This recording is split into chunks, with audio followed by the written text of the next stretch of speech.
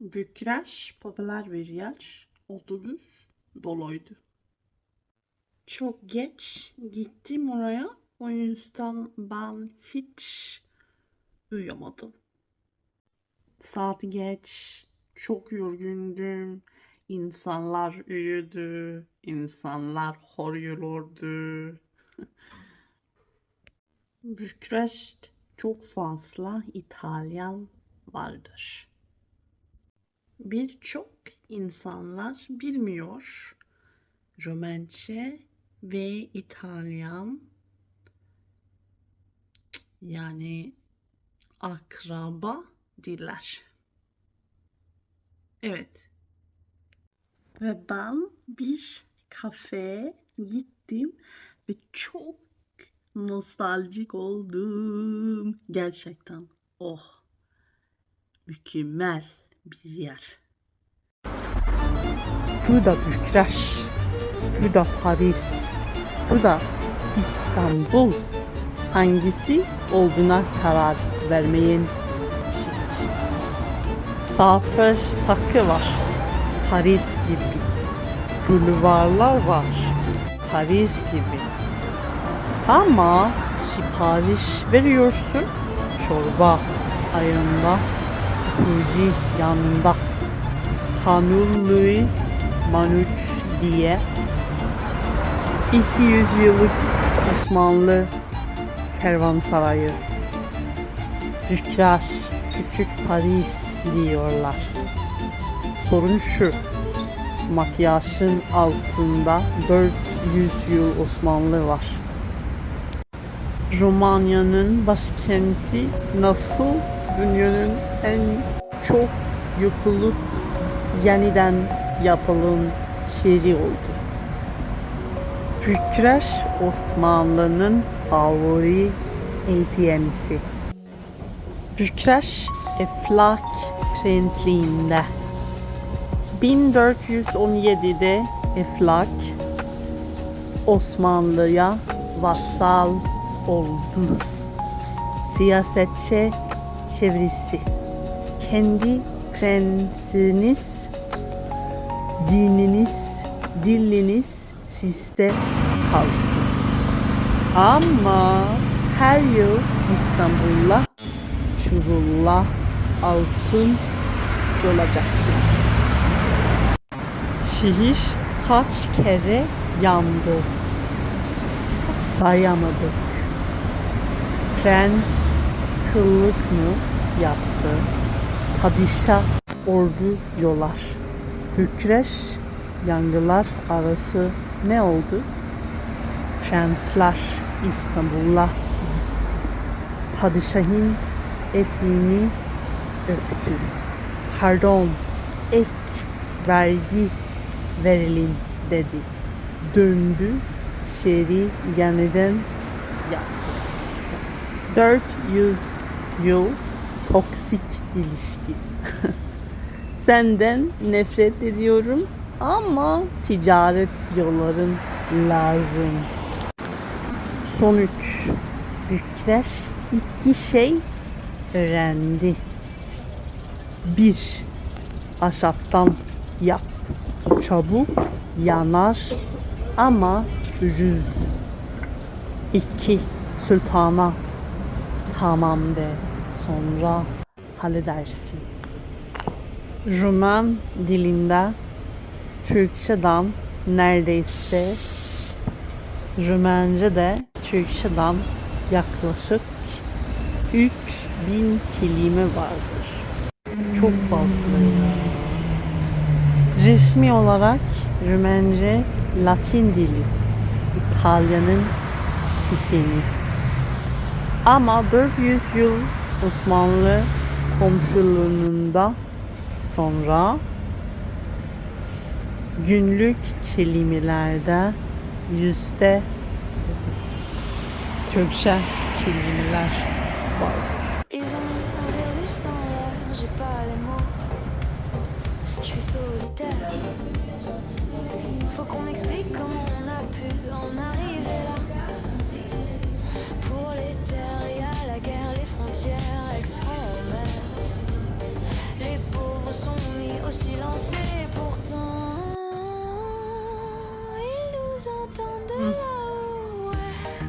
çok On va se dire çok que c'est le paradis. lezzetli. En enfer, c'est plus pareil quand on est près de la mer. On se dit que c'est le paradis. Monde de merde, mais c'est mieux, on est là, on se laisse mourir. Ils s'en foutent s'ils savent ce qu'ils font, on fait tous la même prière. Pour qu'on nous laisse un peu d'air. Monde de merde, mais c'est mieux, on est là, on se laisse mourir. Ils s'en Allah foutent s'ils savent ce sanırım. qu'ils font, on Oh fait my tous god. la même Çok prière. lezzetli ya. Pour qu'on nous laisse un peu d'air. Pas le temps pour un débat, mais en gros, voilà l'état du monde dans lequel je suis né pour la terre. J'ai pas de mots, ils préfèrent vendre la mort que s'entraider pour une fois. Qu'est-ce qu'on va laisser? Pas de mots pour ça. On Ve va se bu dire que c'est le en paradis, güzel mais en Americano. enfer, c'est plus pareil quand on est près de la mer. On se dit que c'est le paradis. Monde de merde, mais c'est mieux, on est là, on se laisse mourir. Ils s'en Güzel. foutent, ils savent ce qu'ils font, on fait Rüya tous la même çok prière. özledim ya. On nous laisse un peu d'air. Monde de merde, mais c'est 1821 Yunanlılar Osmanlı'ya isyan etti. Rusya, Romanya'nın Osmanlı'dan kopmasına yardım etti. 1829 Osmanlı askeri Bükreş'ten temeli çıktı. 400 yıl sonra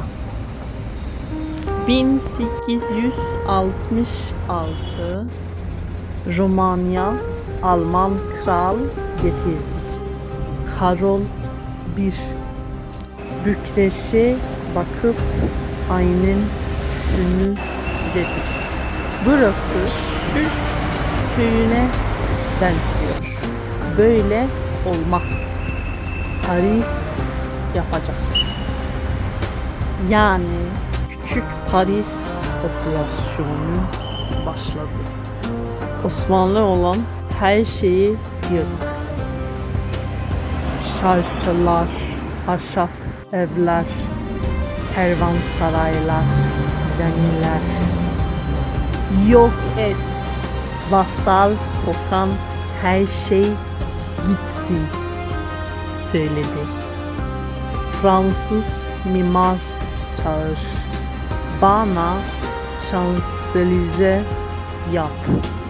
Sonuç Jalea Victoray.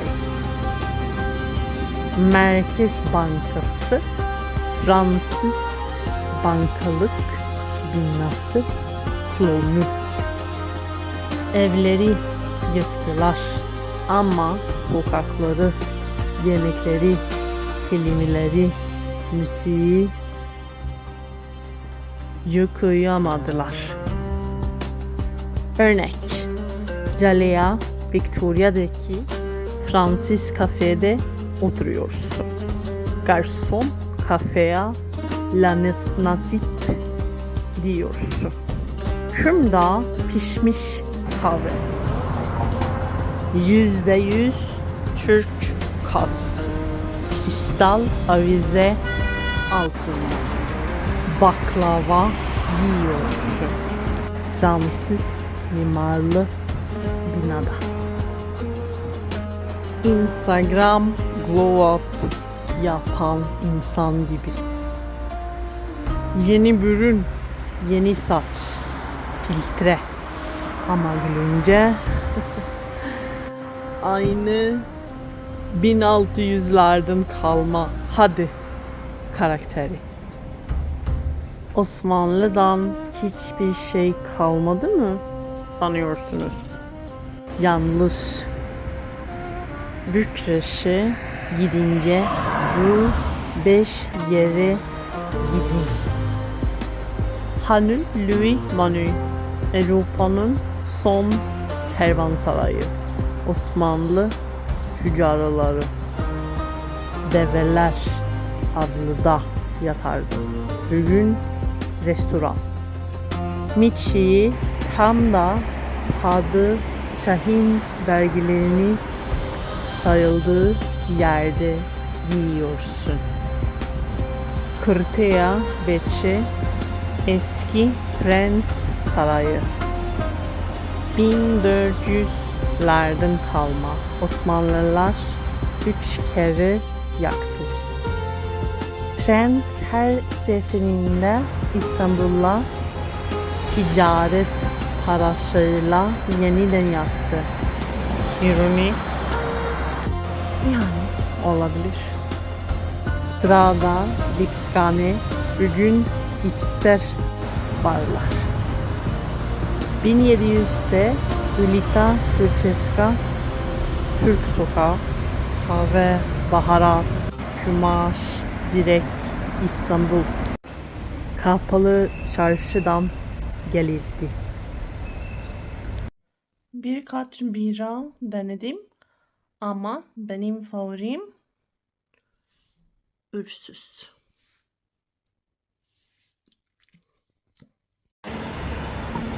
Miç Mustar Muratırı, yani izgara köfte gibi.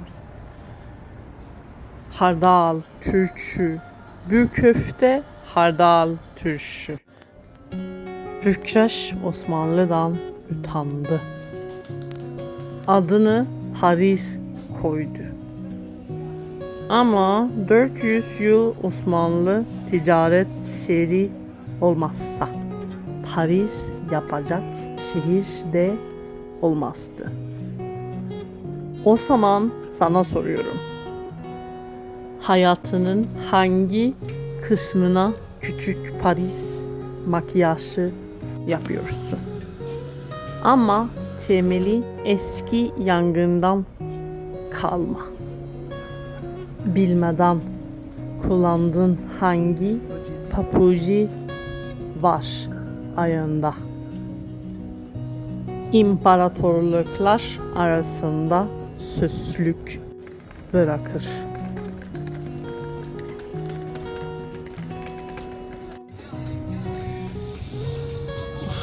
Allah Allah, ton balığı pizza var ya. Üf, iğrenç. Ve eski sevgiler arkalarında sadece travma ve bir fobi bırakır. Bükreş 110 yıl Yunanlılar yönetti. 1711 Sultan baktı. Eflak prensleri çok isyan ediyor. Onlar kurun. Yeni sistem ihale. İstanbul Fener'deki zengin Rum aileler açık artırmaya giriyor.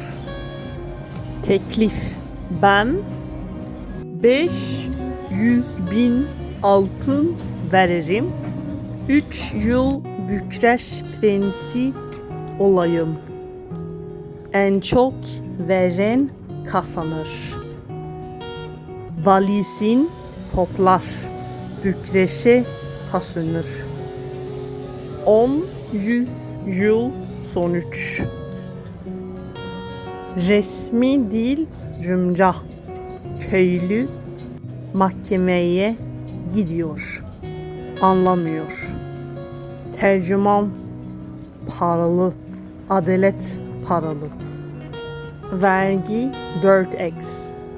Çünkü prens hem ihale parasını hem İstanbul'a rüşveti hem kendi villasını çıkarmalı. Bükreş soyuldu.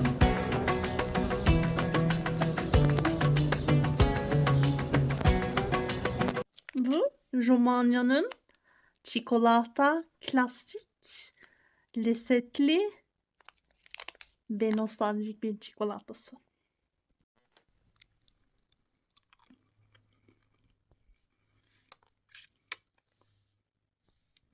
Ve Amandine çikolata pasta da şiddetle tavsiye ediyorum.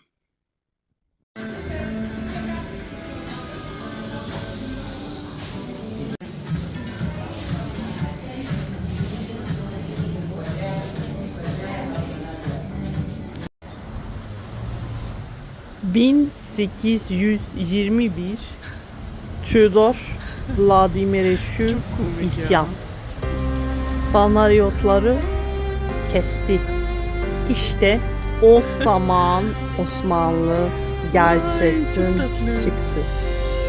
Yani Bükreş Türklerden kurtulmadı.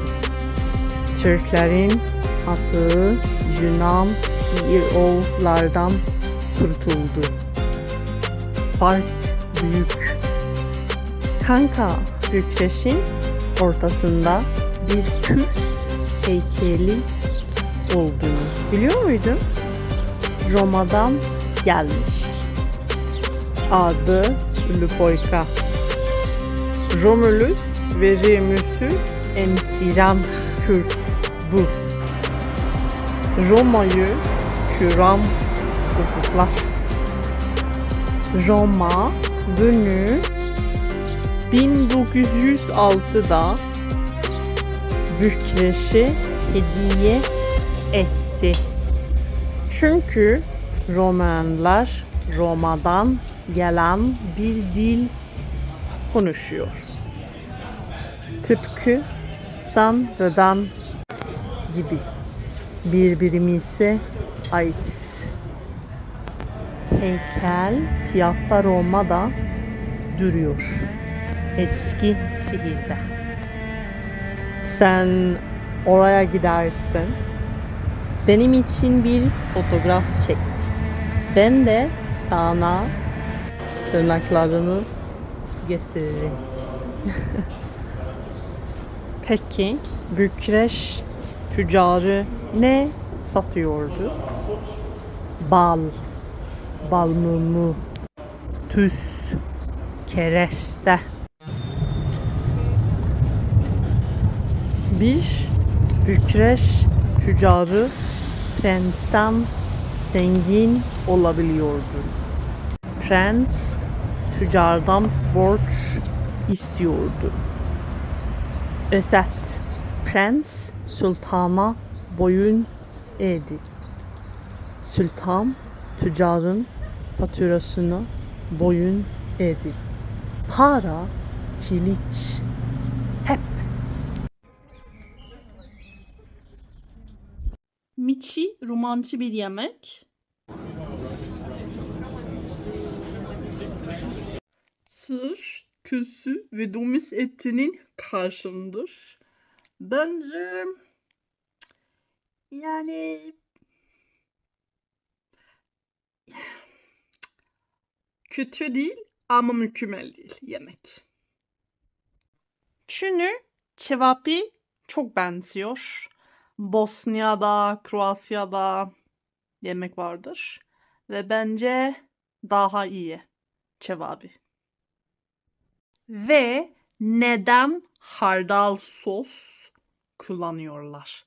Bu gerçekten bilmiyordum. Garip. Bu yüzden bu kombinasyon garip. İyi değil yani. Lezzetli değil. Tuhaf.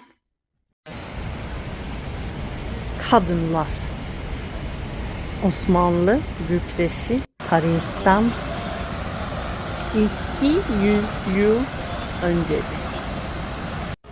Şeriat etlakta hiç uygulanmadı. Ama Osmanlı etkisi kadın mülk sahibi olabiliyordu. 1700'de Bükreşli kadın hakları. Dükkan açabilir. Hanların %30'u dül kadınların. Tapu kadının adına.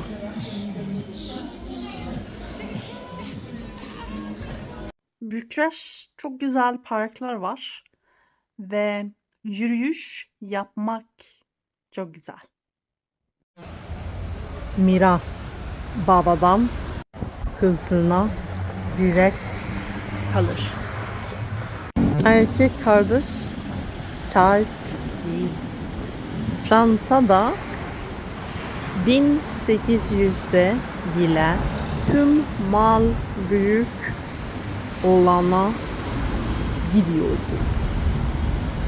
Boşanma kadıya gider. Kocam içer, döver dersin. 2 şahit. Boşanma biter. Nafaka alırsın. Dipnot. Bu haklar zengin kadın için.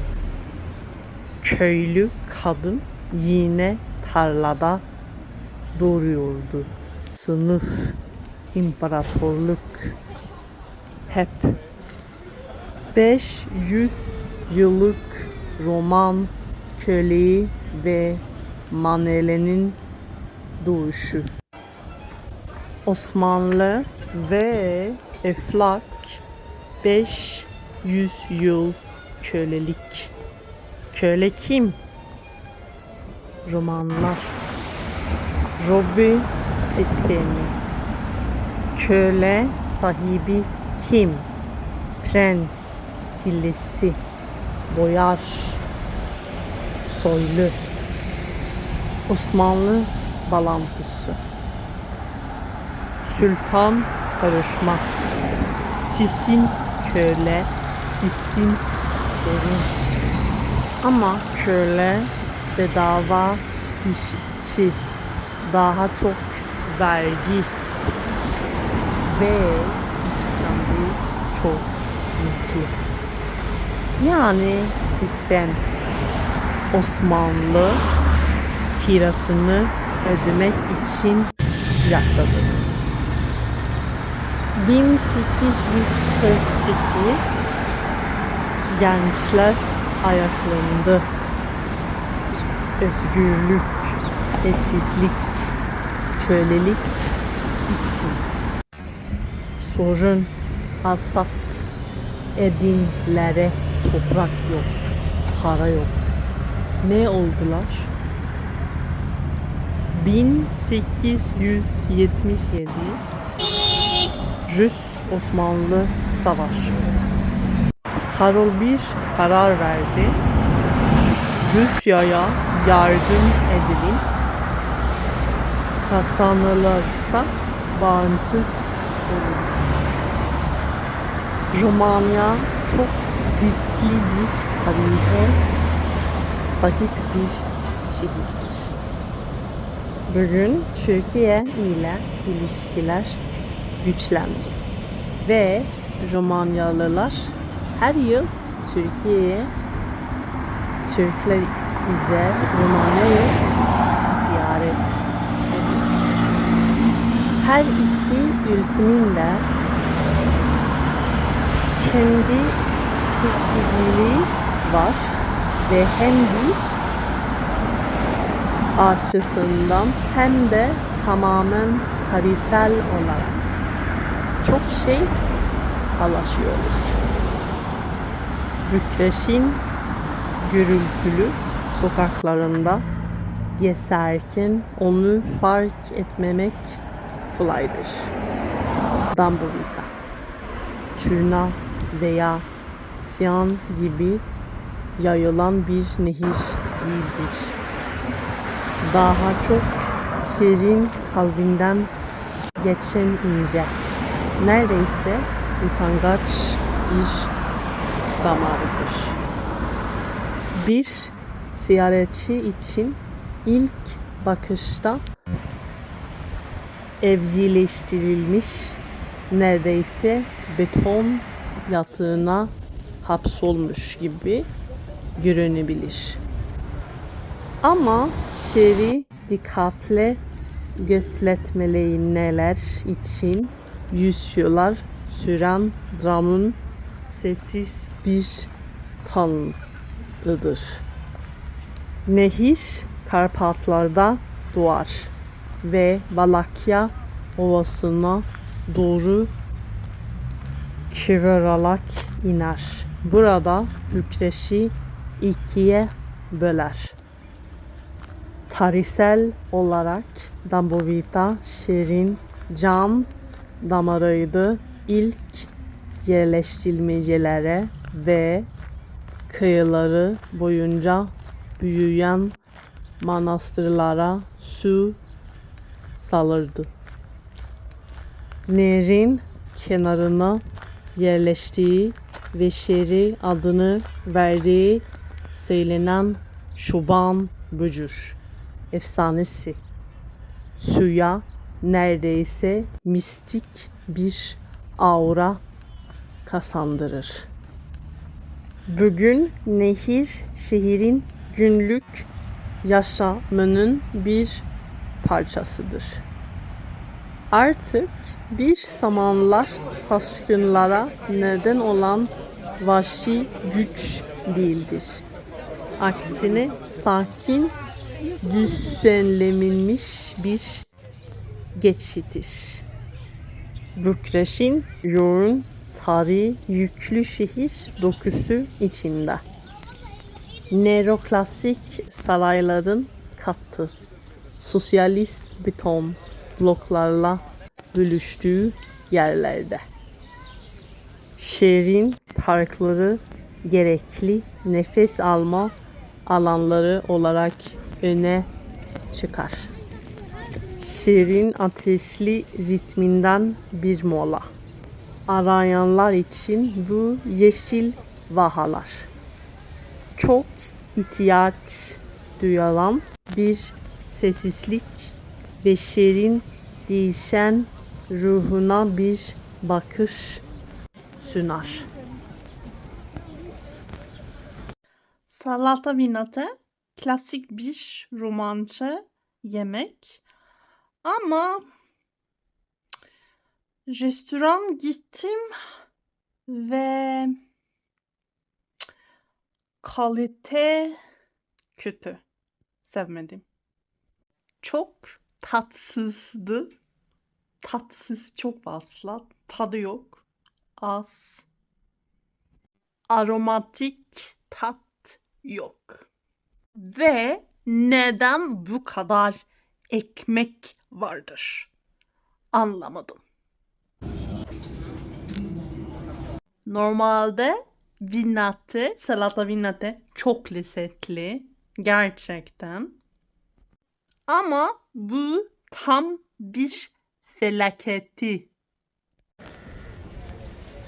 Bükreş'teki parklar sadece reaksiyon anlılar değil.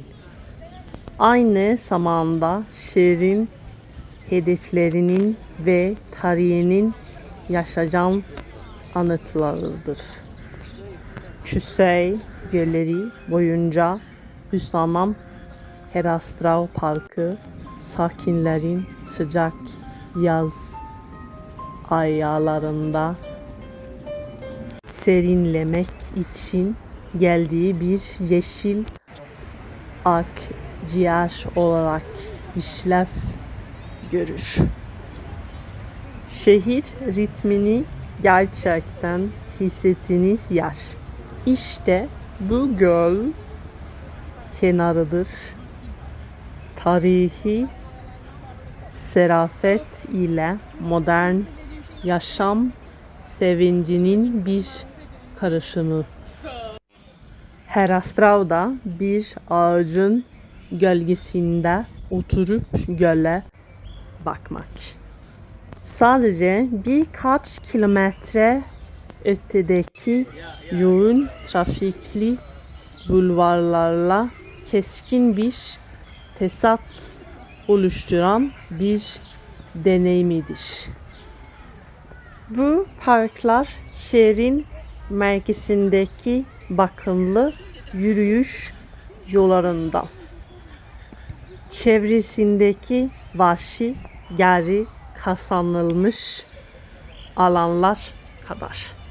Bükreş'in kimliğinin önemli bir parçasını oluşturur. Bize kentin çalkantılı tarihine ve mimari tezatlarına rağmen her zaman denge bulma yeteneğine sahip olduğunu hatırlatıyorlar. İzlediğin için teşekkürler. Bir sonraki videoda yakında tekrar görüşürüz. Sırada nereye gitmemi istiyorsun?